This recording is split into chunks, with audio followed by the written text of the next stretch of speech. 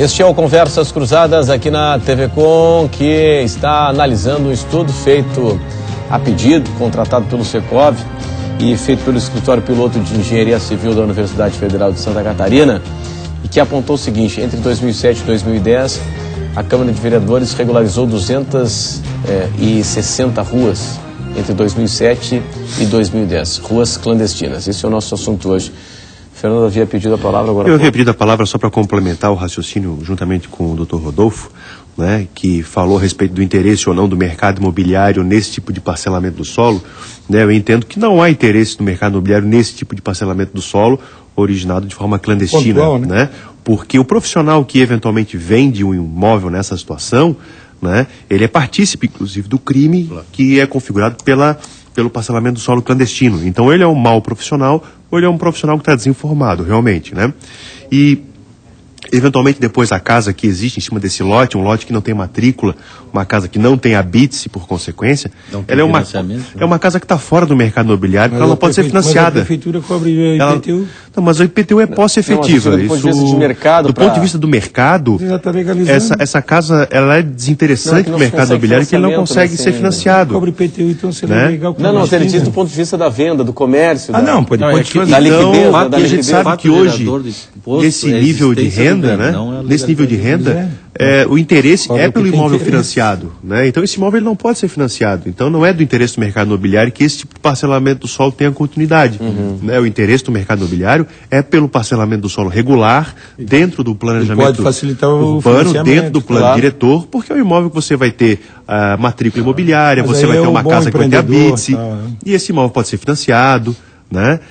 Então é isso que nós temos que fomentar na nossa cidade e, em contrapartida, combater o clandestino. Bom, o Até Secov... porque o mercado imobiliário quer uma cidade boa para todo mundo. Todo mundo quer, mas só para complementar para isso, para tu ver que a dicotomia é tão grande em relação ao que a prefeitura pede e o que ela tem que cumprir. O prédio da prefeitura na Conselheiro Mafra não tem habites. E ela está instalada lá. Sim. Então, quer dizer, é um mau exemplo para a cidade. Diversos outros prédios. Então, no seu prédio próprio está usando um que não é legal. Pois é, então como é que é? Faz o que eu faço, mas não faz faz o que eu digo, mas não faz o que eu faço.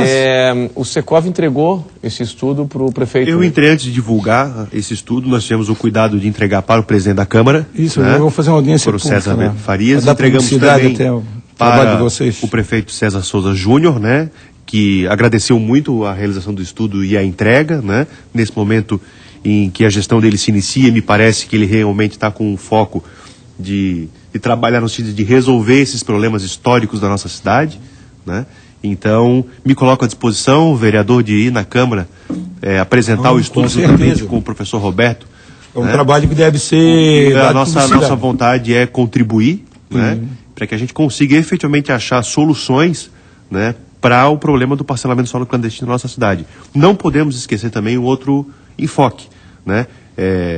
Eu acho que eu já ouvi o Renato falando sobre esse assunto, é que no Brasil a gente tem a mania um pouco do coitadismo, né? Porque a pessoa que adquire um lote nessas condições, ele também tem que ter, no mínimo, a noção de que ele está comprando um imóvel num parcelamento do solo que é clandestino, e não é possível que ele não saiba disso, porque é um terreno que não tem matrícula imobiliária. Compra em recibo e tal. Compra através de um recibo simples. Vai criar problema na herança. Agora o seguinte, até tem uma pergunta aqui que o nosso colega da CBN, coordenador da CBN Diário, o Carlos Alberto Ferreira, me passa aqui. Bom, se regularizaram 260 entre 2007 e 2010, quantas ainda estão fora da lei irregulares? Isso a gente não sabe. Isso a gente não faz a menor... Mais que 70%. Ideia. Não, ali, ó, eu digo isso com propriedade, porque... Só para entender, como é que é a cidade, 70%? Em torno de 70%, não é só no Brasil, na Argentina. Do que? Das ruas? Não, dos imóveis são irregulares. Não, ele está falando de quantas ruas faltam. Aí não dá para traduzir a quantidade de percentual do imóvel de rua, mas a maioria... Porque como o De Glaber falou, isso aqui é a ponta do iceberg, a Câmara, porque é onde a gente consegue levantar os dados. É nas ruas que tiveram um projeto de lei aprovado, é onde está toda a documentação para ser estudada. Agora, a quantidade de ruas, que ainda talvez estejam para ter um projeto de lei apresentado, ou nem venham a ter um projeto de lei apresentado, deve ser muito grande. Nós temos um projeto de lei na Câmara que foi sobrestado até o plano diretor. Principalmente assim, ó, tu tem 500 metros de rua, 200 foi legalizado, falta 300, só que os outros 300 está em cima de uma PL. Então, o entendimento que a gente tem, nós, entre os vereadores, manda para o plano diretor vai discutir qual é o procedimento, né? Tem casas em cima, vai mandar demolir, o que vai ser feito. Em cima de via estruturante, como assim? Via estruturante. Então é um desafio do próprio prefeito, porque não são poucas as áreas, não. Bom, não só, digo, da administração pública, que isso aí é feito às escuras, quando tu vê, tá lá, e vai indo, passa 5 anos, 10 anos. O maior problema disso tudo é o desconhecimento da realidade. E o conhecimento da realidade se faria se o IPUF tivesse aquilo que eu já falei. Muitas vezes o pessoal do IPUF, o Rodolfo já escutou 500 vezes, e agora eu vou falar mais uma vez aqui na TV Com. Falta a pesquisa. Aliás, em Florianópolis, na questão da mobilidade, que é afetada por essa clandestinidade, nós só temos uma pesquisa de origem e destino de 1974. Nós não temos nada que possamos fazer para melhorar não só essa situação de clandestinidade de ruas e de imóveis, mas de todos os aspectos. Nós não temos conhecimento praticamente de nada. Alberto, falta também investimento de aparelhagem para dar condições para o bom profissional. Tu vê que os mapas todos do IPUF ainda são de papel ainda lá enrolado, lá desenrola aqui. A cartografia de Florianópolis é praticamente inexistente.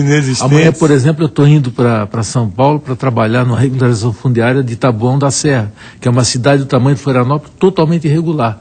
Nós estamos desenvolvendo uma pesquisa e como regularizar isso, mas usando levantamento fotogramétrico. Há tempo ainda. Só para ter uma ideia, eu como secretário do continente, eu implantei lá, está ainda em andamento, o geoprocessamento do continente das áreas. Né, porque lá se caiu o asfalto de uma vala lá na frente da igreja Nossa Senhora de Fátima, tinha 10 metros de profundidade, ninguém sabia. Vai lá e procura o Formiga, que é o funcionário mais antigo da prefeitura que está aposentado. Vai lá e procura o cara. Isso é na casa. Rapaz, não tem nada registrado, isso é tudo amador, uma coisa. Quer dizer, vários terrenos da prefeitura, que eu fui buscar recurso federal para trazer um ginásio olímpico de ginástica para lá. Não tem no registro da prefeitura, não está no registro do imóvel. Foi desapropriado, mas está lá jogado até hoje. Um grande desconhecimento. E não é 1, 2, não. É uma coisa. Está muito amador demais. Isso aí tem que ser uma coisa muito mais profissional. Acho que é um desafio para o próprio prefeito agora, né, trabalhar nesse sentido de legalizar a cidade no todo, porque tem muita coisa. Praças públicas que estão. Tem uso campeão de uma área ali da PC3, que a gente fez aquela praça ali de quase 1 milhão de reais, que tem uso campeão em cima daquela área. Pessoal, vamos fazer o seguinte. Você vê que tem gente, você aproveita de tudo. Aquela PC3, eu vou te dizer uma coisa, né? É pedaço que ficou, né? É uma aberração, né, do planejamento urbano, né? É uma via que termina no nada. Do nada. Termina no nada. Porque não continua, porque ela seria uma alternativa. Mas ela, São José ligasse, ela parou na metade, né? Porque o município tem que desapropriar e o Estado tem que fazer. Mas isso é desperdício de dinheiro público. O município não tem desperdício de dinheiro financeira. público. A gente vai para o intervalo, daqui a pouco as opiniões de vocês. Até já.